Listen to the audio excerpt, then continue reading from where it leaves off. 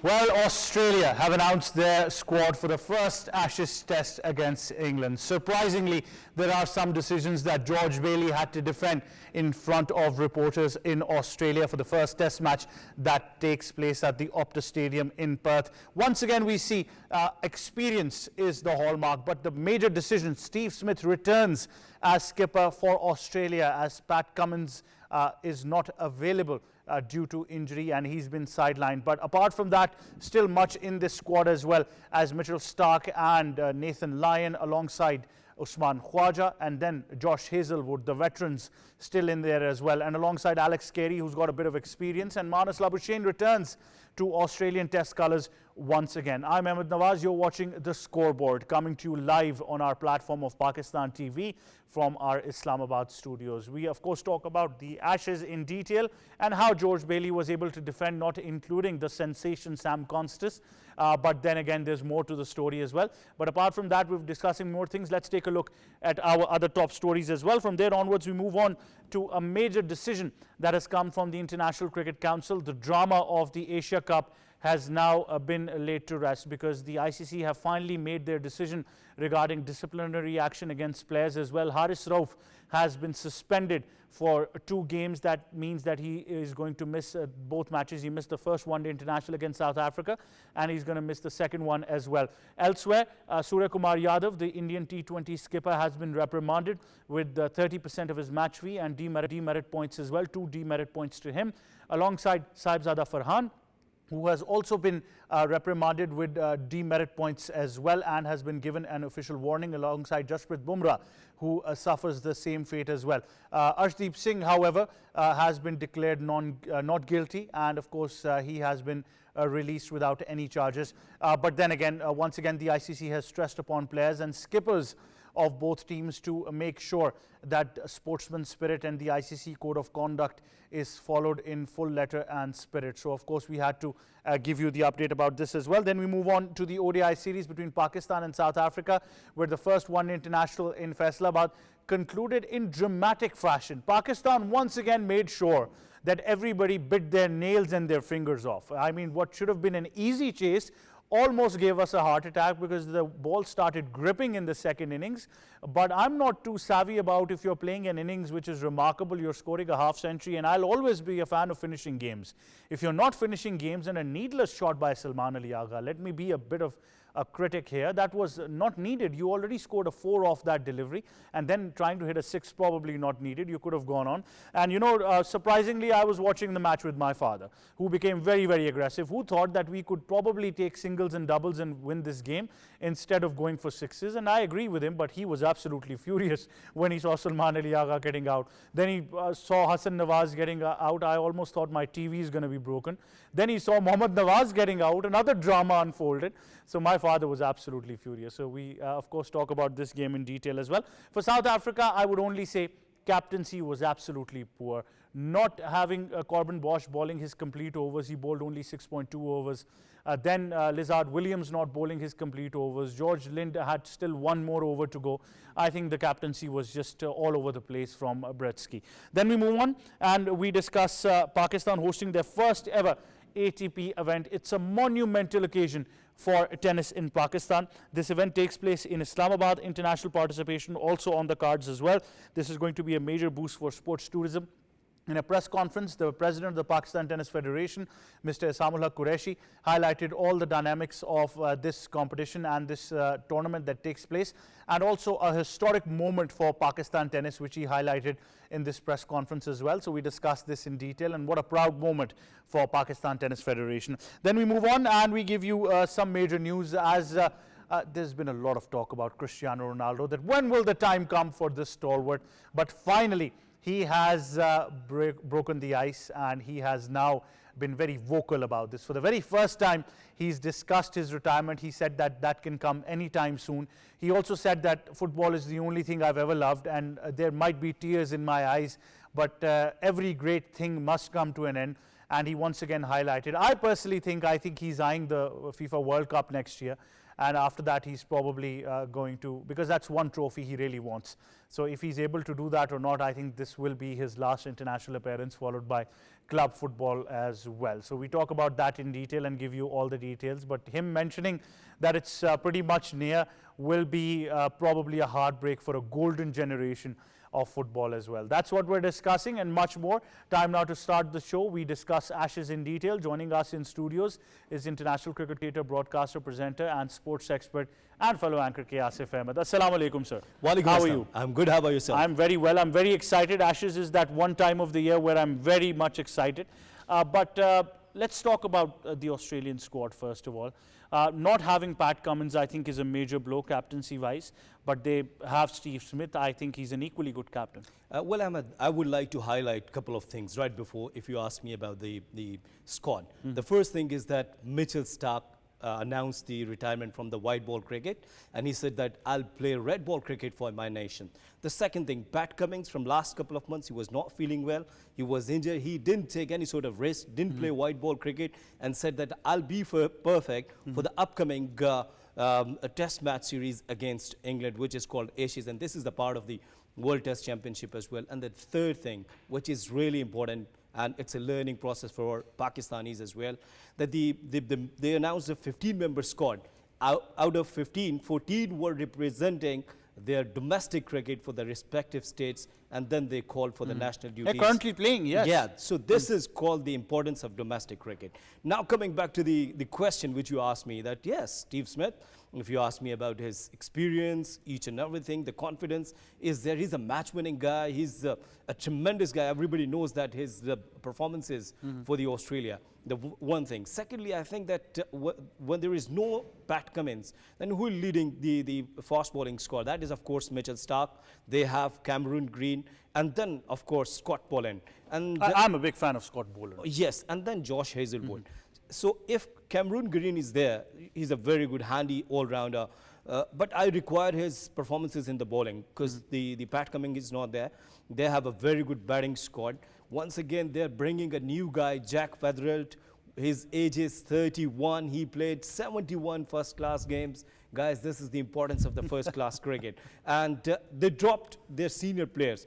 Because this guy was performing well from last 24 months in domestic cricket. They've given respect to domestic performances. It's a very simple thing. And I think we, Pakistan Cricket Board, should learn from it. Well, I hope so. I mean, this is a big shoes to fill in for Cricket Australia.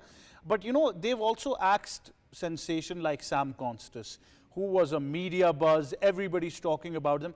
But they didn't look at the media pressure. They say, no, he's not got that much experience.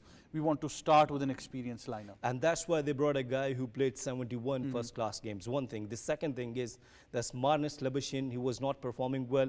He went back there and played Sheffield Shield. And performed exceptionally well. Yes. If you see his averages from last 24 months, has been exceptional. I mean, talk about a domestic game where Usman Khwaja and Marnus Labuschagne are batting. Yeah. When was the last time we saw two Pakistan current playing 11 superstars batting together? I think this season we are observing. Right. And Pakistan Cricket Board is following that path. So it's a good thing that, you know, in a first-class game, 10, 12 test cricketers are participating. Today, I have observed that Noman Ali was there. Though he's not playing the game, but he was in the dressing room, so it's a good news. Yeah. And now, Ahmed, they have a very good spin bowling attack. Nathan Lyon, a proper spinner, off spinner. Then when we see they have Josh Inglis and Alex Carey. Alex Carey would be definitely the first Travis choice. Head. Travis Head. Right now, Australia is going to bank on that middle order. And you rightly mentioned Alex Carey. I think he's a very underrated batter. He's fantastic. He scored very crucial runs for Australia in the previous championship as well. And I think him and Travis Head become the most important players in that middle order. If you see the opening, of course, Usman Khwaja and Marnus Labuschagne. Marnus Labuschagne. Steve Smith at 3. Or maybe the number 3 will be Jake Weatherall. Yeah. Yes, if he'll be the member of the 11-member squad, definitely he'll be on the number 3. Then, of course, Steve Smith, maybe number 3, number 4, does not matter. And then they have Alex Carey, Cameron Green, Travis Head, huge batting lineup. Then, of course, Nathan Lyon. They will miss Pat Cummins maybe in the late order. Even then, Mitchell Starc is there. Then Scott Boland. It's a superb team. On the other side, English team is struggling in red ball cricket for a long time. Pakistan have beaten them, 2-1 in Pakistan. Then when they were following the baseball approach, which sometimes you play well, sometimes it doesn't work. Yeah, 1 out of 10. Yeah. That's the ratio. Yeah, and then, a player like Joe Root playing a reverse sweep in red ball cricket is hilarious for me. I'm not a big fan of these kind of shots, especially when we talk about the textbook cricket player like Joe Root. It's a big player. So Ben Stokes and the company, they will definitely struggle. But you talked about, why I want people to understand this and why I'm saying this is because Weatherald has got an average of 50 plus. He scored 906 runs in this season alone. And immediately when they saw that, 71 games experience is there, he's 906 runs, 50.33 the average. And so they immediately drafted him, not just into the squad, but probably, I believe, that's my personal opinion, he's going to be in the playing 11 and he's going to open for Australia. So the fact is that transformation is not very quick. They haven't seen one season 906 runs.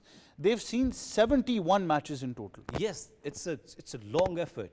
He's playing first-class cricket from last 6-7 years, and he's been performing, as I said, that from last 2 years, he's been exceptionally well. And as you shared his stats, that look at his average. And if he's so good in the form, why you're not bringing to the national side? Why not for the national duty? Absolutely. And the age is 31. Well, and plus, in these 6 years, no media in Australia, no former cricketer, and no social media, and no lobby said, play him right now. They believed in the structure. So I think that really defines Australian cricket as well. But I think this Ashes is going to be particularly difficult for England. Let's be very honest. The competition is against them, numbers-wise as well. And of course, when you talk about the sides on paper and then on the field as well. I think it's going to be very tough for England when they start their Ashes campaign at the Optus Stadium in Perth with the first test match. We now go towards a short break. When we come back, we've got lots more. Stay tuned to the scoreboard.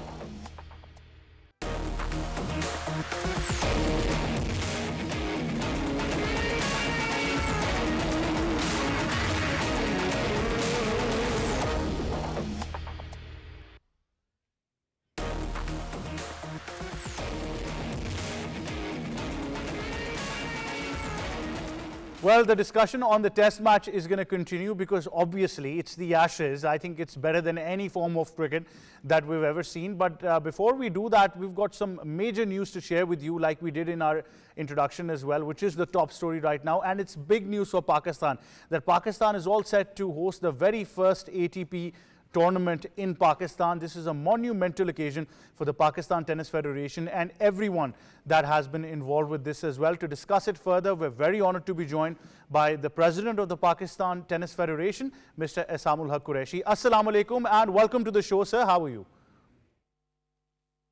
Assalamu alaikum. Thank you so much for having me on the show. I hope all of you are doing more than well. Well, first of all, congratulations to you and Pakistan Tennis Federation, and I think all tennis fans across Pakistan.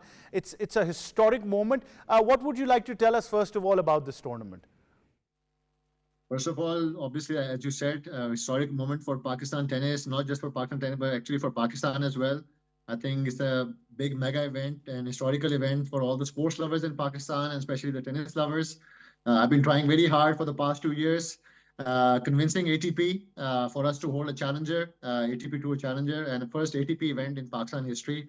By the grace of Almighty Allah, we've been able to achieve that. I've been playing the ATP Tour for the past 20 years and been doing my level best to get laurels for Pakistan and on the ATP Tour circuit. But for the very first time, Islamabad, Pakistan's name is on the ATP Tour's calendar as well. And now we're going to be recognized as a country that hosts an ATP event. And I think it's time to celebrate tennis. It's time to celebrate sports. And I'm doing my level best, G, to be as better president as I can be, just the way I used to be as a player as well.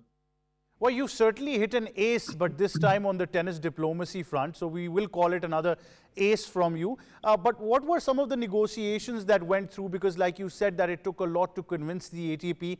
And now that we're seeing the very first Challenger Cup being held in Pakistan. So what are some of the things that the ATP will be critically analyzing as well? Basically, the security issue, obviously the conflict, India-Pakistan war that was happening this year as well, the Israel conflict as well, all these things, they've been keeping that in mind and was an issue for the past few years. I've been trying my level best to project a very soft and positive image of my country, the same way I've been doing as a tennis player as well. And I think the fact that I played on the tour for so long, I actually knew how probably the tour works, the people, and one of the main reasons I think that really helped was my relationship with the ATP management also throughout my career. And one of the key things that I actually tried to come into the federation as a president also was to use my contacts at the ATP level and the ITF level to introduce these tournaments and to use these connections and bring ATP to Pakistan. And I'm super thankful to the ATP for actually making it happen, especially Eric, who's the director head for the ATP Tour Challenger, Ross Hutchins, Miro, Brathov, all these three people have a very, very major role in helping us get this tournament for the very first time in Pakistan history. ATP actually has changed its policy for this 1 week of the Challenger in Pakistan, especially the players, if they end up entering from India or Israel, they will take their names and put them in a different challenger so they don't basically waste their week. And it has never happened in ATP's history. ATP is equivalent to ICC, basically of cricket. And to have this event in Pakistan for the very first time, I think it's just going to promote the players. It's going to motivate the players. It's going to inspire the players, hopefully. And what my vision is for other players to, inshallah, be playing Grand Slams is going to give them that boost, I think, inshallah, in the future to come as well. Well, you mentioned this about your career as well, the way you've represented Pakistan successfully across ATP tours as well. But as a player, you often miss out playing, in front of your own home crowd as well. And Pakistan is a fantastic destination for all sports, and especially for tennis, we've got a very loyal fan base. So for the players that will be participating, I mean, or even for players who are upcoming, future sensations for Pakistan, how important will this be for that change in mindset and for that confidence that they might be able to get seeing all of these international players in Pakistan? Bro, I really believe, honestly, that this is going to be a major change and we'll see a big shift. This Challenger tournament will open a lot of doors for us to host ITF men's future events as well. And it will give a roadmap. And what my plan is to, inshallah, and vision is to have an international calendar throughout the year where we're having junior international events, professional international events, and then at the end of the year to have a Challenger of one or two. And inshallah, I think it's going to change the whole mindset of the players here and earning prize money in dollars, making good living out of it. And around these international events, they will be playing national events as well. And I think they're going to can have a really good livelihood playing tennis as well. Right now, I think cricket is the only sport which masses relate with that make a good living out of it. But inshallah, in the near future, if we keep on doing these things and keep including these international events and these organizations like ATP, ITF, bringing these tournaments to Pakistan. Inshallah, I really, really believe in the near future, we will be saying that the tennis players can also make a healthy living out of tennis in Pakistan. And that's my goal, that's my vision, to support the players, to give them these opportunities. And this federation is for the players. I'm taking all the steps that I've done for the past year and even now for the upcoming players to support them, to promote them, and giving them each and every opportunity that was not given to us when we were growing up. And I want to produce players. As a player, you analyze this better. As a player, I think you can probably relate to this better as well. But at this same moment, I must ask you something about your entire team at the Pakistan Tennis Federation, because obviously, throughout this tournament, be it logistics, be it planning and execution, I understand you've got a fantastic team alongside you, but how well equipped are we, and what are we looking at logistically right now? No, Alhamdulillah, Siji, we worked very hard for the past year to upgrade this facility. And the vision and the goal was actually this, that we have to have it at a level that we can have an ATP event. I've been in talk with ATP for the past 2 years to hold a challenger. And they've been telling me what kind of infrastructure we need, what kind of upgrading we need at the National Tennis Center also and in Lahore as well. where I'm planning, inshallah, hopefully to have a challenger in Lahore as well, hopefully next year. So I've been doing that for homework pretty much for the last 2 years. And all the upgrading that we have done at the National Tennis Center is actually was a vision to hold a challenger, which we have been able to get now in a very little time. And the reason we got it in a very short time also and last minute was because our facility is, I would say, 80% ready to hold an ATP $50,000 challenger. And we'll be needing a few other things, and we're working on them. We still have 3 more weeks. The ATP team will be here in 10 days' time as well. The director is coming. The supervisor is coming from Canada. The whole media team is coming to do a story on Pakistan and this challenger. And so it's going to be a mega event, historical event. They understand the importance of this event as well. Not just for Pakistan, but actually for the ATP as well. To hold a ATP event in Pakistan for the first time is huge for them as well. And they want to promote it at the biggest level. And I think it's going to be an amazing event. I want all the Pakistanis, all the people from Islamabad, not just the tennis lovers, actually the sport lovers, to come out here, support our players. 12 of our national players are going to be competing against one of the world top players. And I think we really need everyone to be coming out the way they do for cricket and the way they do for football as well, and come and support and give a very soft and positive image of our country. Well, that's the thing about Pakistan. We're not just there to support our very own players, but I think every player participating from every country is going to have a lot of support from Pakistani fans. That's one thing that we, culturally bank on as well. But I must ask you about the impact, inshallah, once this tournament is successfully completed and concludes. What impact will it have on the international tennis community for Pakistan especially?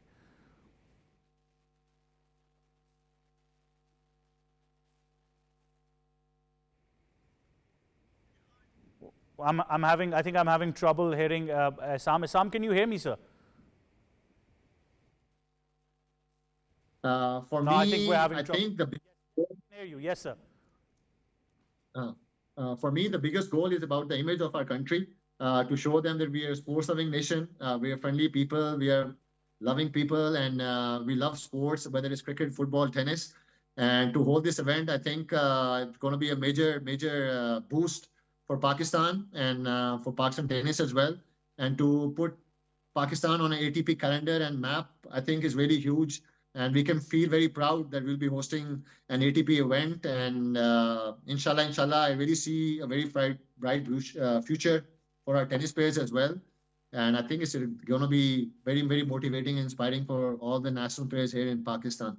To be playing with the foreign players, to be playing against them, practicing with them, watching them, seeing their habits, it's going to change the whole ecosystem, inshallah. And that's my goal and that's my vision. Allah kare ke I'll be able to achieve that, inshallah, for Pakistan.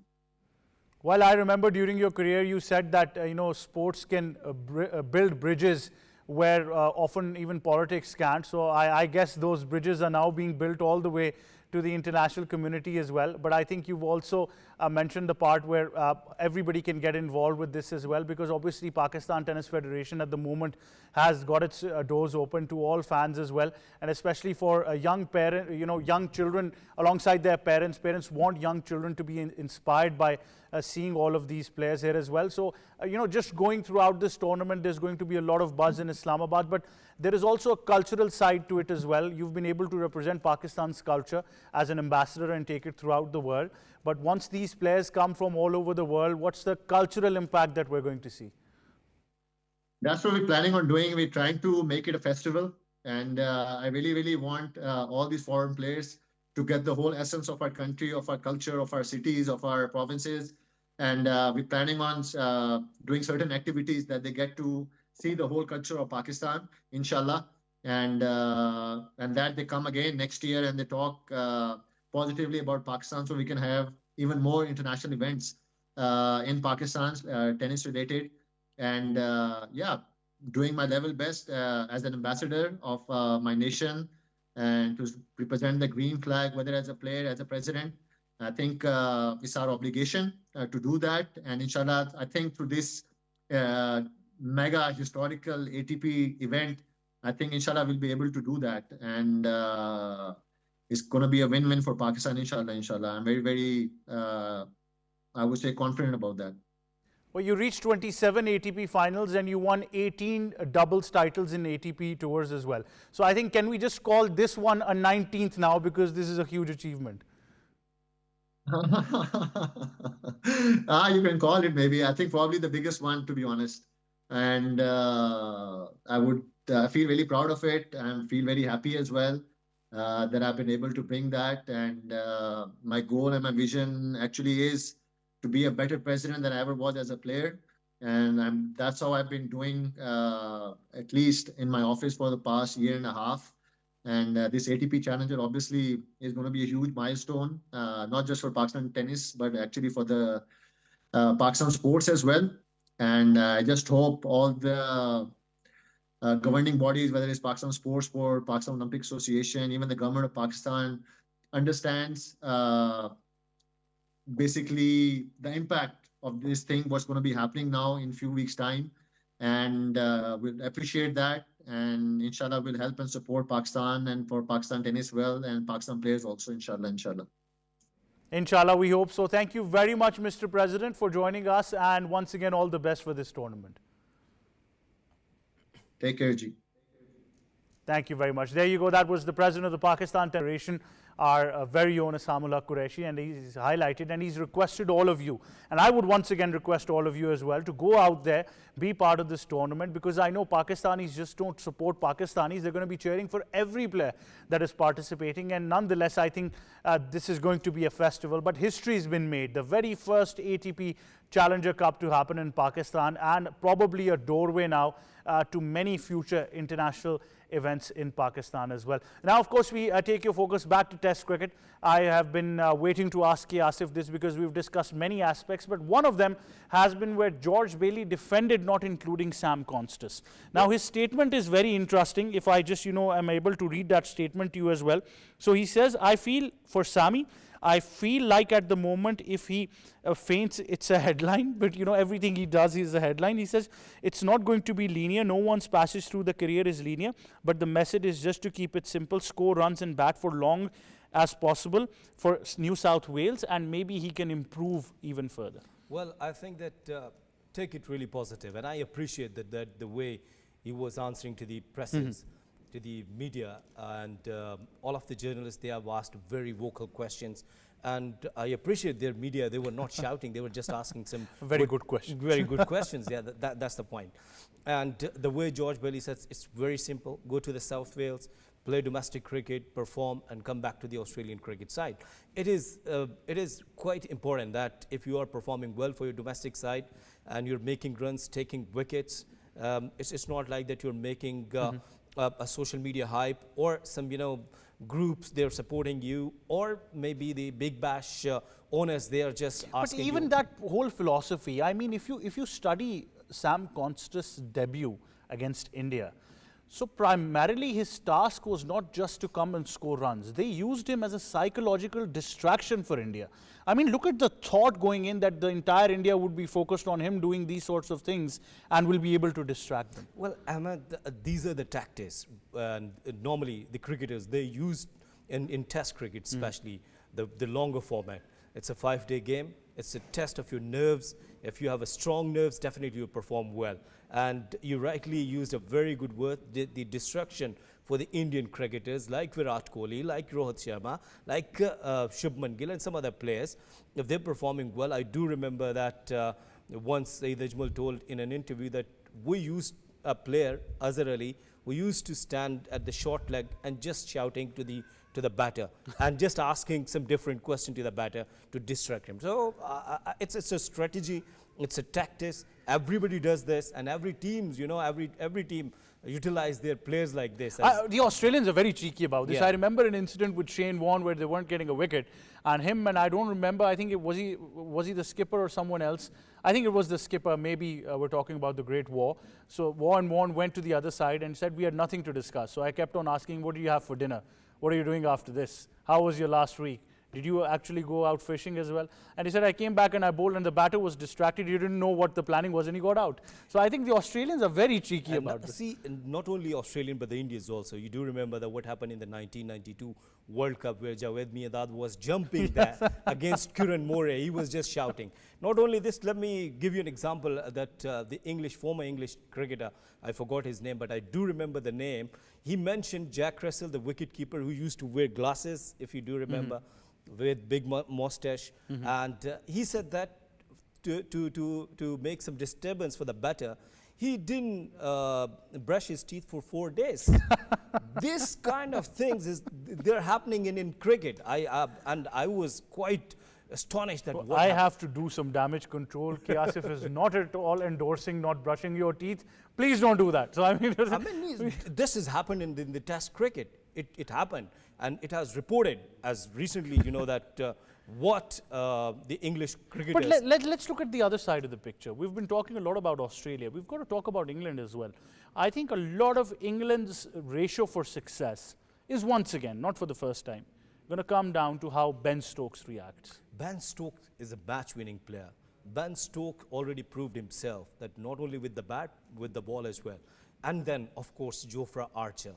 If Jofra Archer is in the side, definitely he'll be a big threat for the Australian, for the Aussies batters. And then, of course, Ahmed, when we talk about Ben Duckett, Harry Brooks, and then Jamie Smith, and Ollie Pope, Zach Crawley, all of them, they're good. The Ben Stokes alone couldn't do anything. He requires efforts from the team as well. I think Ben Duckett becomes a very important player in all of this scenario as well. And then what about Shoaib Bashir? Well, you know, I would once again, I saw English Cricket Board, they released contracts for their men's players as well. So they divided them into 3-year contract, 2-year contract and 1-year contract. I tell you one player which I think England should probably look more at because he's fantastic with the bat, with the ball, is Rehan Ahmed. I'm a fan of Shoaib Bashir, but I just think Rehan has got an extra bite to him as a leg spinner. Once again, Ahmed, see, if you read out their structure, their county system, that we've been criticizing to Zach Crawley that he was not performing well, but he was getting chances, ample opportunities, and then he turned into a very good player. So this is the thing, that's why they're giving chances to the Shoaib Bashir. Rehan Ahmed, not only with the ball, as you said, with the bat, he's phenomenal. So if you ask my choice, definitely I'll go with Rehan, but they're giving chances to Shoaib. Why? Just they're considering one thing, that the English team will be traveling to the Australia, and might be the edge Nathan Lyon was getting for the Australia, maybe Shoaib Bashir will get that. That's the only point. Well, you know, there's a famous saying that Nathan Lyon, if he's bowling in the sea, he'll probably produce wickets. That's the kind of bowler. That's the kind of bowler he is. But of course, the Ashes is going to be a spectacle to look forward to when the first Test match takes place at the Optus Stadium in Perth. But now, of course, we have to give you a major development in the world of football, and that is where this is not every day that we talk about this, because for far too long this golden question has been asked about how long can the great Cristiano Ronaldo continue for. But CR7 has just made his first ever public acceptance of the fact that retirement might come very soon. He said everything good must come to an end. He was, of course, in an interview with Piers Morgan, and of course Piers is able to extract everything controversial, doesn't he? But he gets those stories. So of course, while Piers Morgan asked him how long is he going to continue for, Ronaldo was very vocal as he said that it's coming anytime soon, everything good must come to an end. He also said that football is something I've always loved the most, and when I leave, it's definitely going to be very painful and I will have tears in my eyes. I think alongside him, millions of fans are going to be having tears in their eyes as well. But the fact is that a lot has been said. I think the one trophy missing from Ronaldo's cabinet is the World Cup. And for any player, I mean, this is why we talk about national identities and national representation. He's won everything in the world, but he still wants and he still lords for that World Cup trophy. And next year, once the World Cup takes place in US, in Mexico, and Canada, I think that will be that one part where Cristiano Ronaldo and his Portuguese side are going to be looking forward. Maybe Portugal's side are going to be looking forward to give him a heroic send-off as well, and of course a champion's goodbye. So maybe that might be the case as well. But now, of course, I think let's take a listen to something very interesting. Could you imagine retiring? Yes.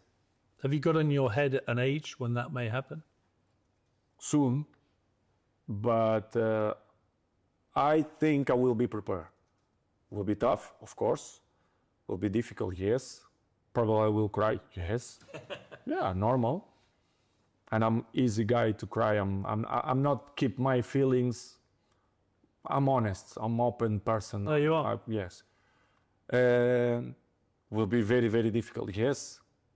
But please, I prepare my future since 25, 26, 27 years old. I prepare my future. So I think I will be capable to support that pressure. Well, there you have it. But I think two important things in what he said. One was he said, when that time comes, I will be prepared.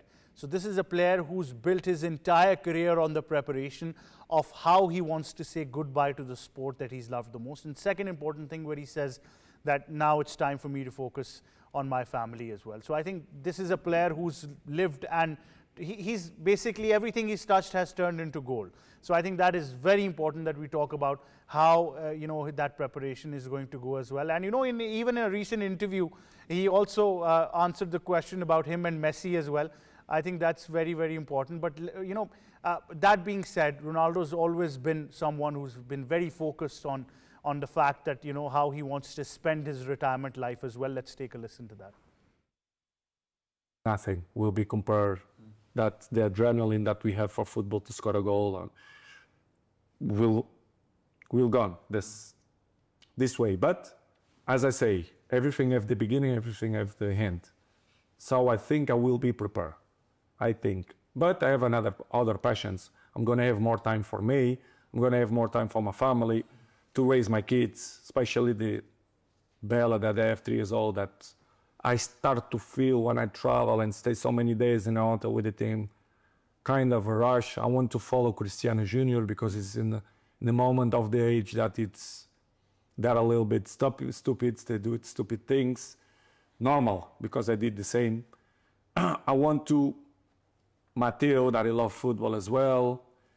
I want to be more a family person, more present. Spoken like a true father. He says that I want to look at the career of Cristiano Jr. He's acing everything in football, but sometimes he does those things which a father should be looking at very, with a keen eye. So he said, I want to be more for my kids. So I think retirement is pretty much planned as well. But once again, whenever that time comes, I think this will be a great story that will come to an end as well. That being said, we take your focus back to cricket. Another drama unfolded in Faisalabad, where Pakistan once again almost made a mess of things.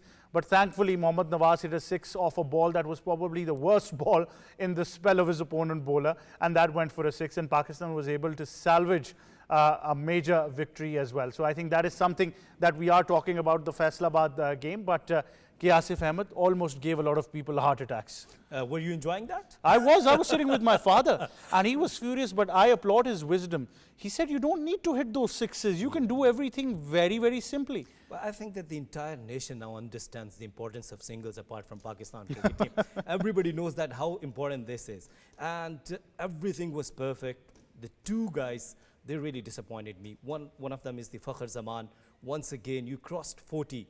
Just play your simple game. Yeah, threw his wicket away. Yeah, I think there is no need to go. You're already making 6-7 runs in an over.